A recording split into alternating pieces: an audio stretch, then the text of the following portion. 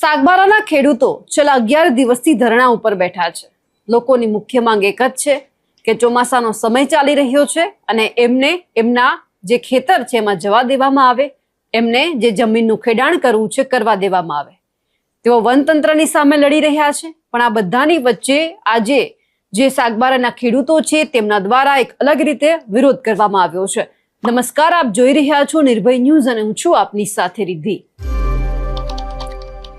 સાગબારાના ખેડૂતો છેલ્લા લાંબા સમયથી સરકારની સામે અને વનતંત્રની સામે લડી રહ્યા છે। બીજી બાજુ આપણે પણ જોયું હતું કે જે ઉમરપાડાના ખેડૂતો છે એ જંગલ બચાવોના જે અભિયાન સાથે એક મહારેલીનું પણ આયોજન કરવામાં આવ્યું। એટલે ક્યાંક ઉમરપાડાના ખેડૂતો છે એવું ઈચ્છી રહ્યા છે અને કા પછી કોઈ રાજકીય પીઠબળ પણ એવું કહી શકાય કે જે આ બધું કરાવી રહ્યા છે। આ બધાની વચ્ચે અલગ અલગ નેતાઓ આવ્યા, લોકોને ક્યાંક અલગ રીતે સંદેશ પણ આપવામાં આવ્યો કે આ બધું છોડી દો અને જે અત્યારે માંગ કરવામાં આવી રહી છે ક્યાંક પૂરી કરવામાં આવે।